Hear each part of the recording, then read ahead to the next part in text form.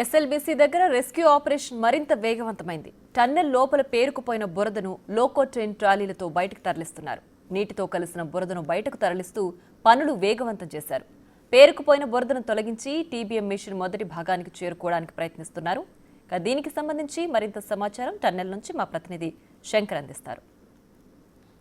SLBC దగ్గర 7వ రోజు రెస్క్యూ ఆపరేషన్ కొనసాగుతుంది. ప్రస్తుతం మనం విజువల్స్లో చూడొచ్చు. మొత్తంగా ఈ రెస్క్యూ ఆపరేషన్కు సంబంధించి మొత్తం కూడా క్లియర్ కట్గా ముందుకు వెళ్తున్నారు. ఎక్కడ కూడా ఎలాంటి ఇబ్బందులు రాకుండా చూస్తున్నటువంటి పరిస్థితి ఇక్కడ కనిపిస్తుంది. ముఖ్యంగా ప్రజెంట్ మనం చూస్తున్నటువంటి ఆ ప్రాంతంలో కూడా ఎమ్మెల్యే చిక్కుడు వంశీకృష్ణతో పాటు మిగతా వారంతా కూడా దీన్ని ఎప్పటికప్పుడు మానిటరింగ్ చేస్తూ వస్తున్నారు. మనం విజువల్స్లో చాలా క్లియర్గా చూడొచ్చు.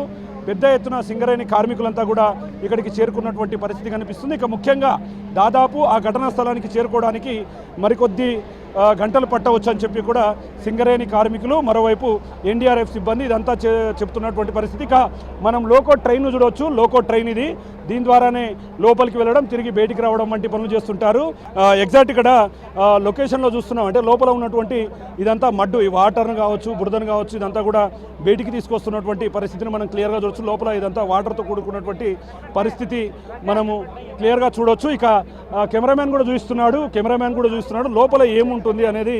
ఇదంతా కూడా బురదతో కూడినటువంటి ఒక రసాయనమైనటువంటి పదార్థాన్ని మనం దీంట్లో చూడవచ్చు. ఎందుకంటే లోపల ఎలాంటి పరిస్థితి ఉంది, ఎలాంటి మడ్డు ఉంది అనేది కూడా మనం క్లియర్ కట్గా చూడవచ్చు.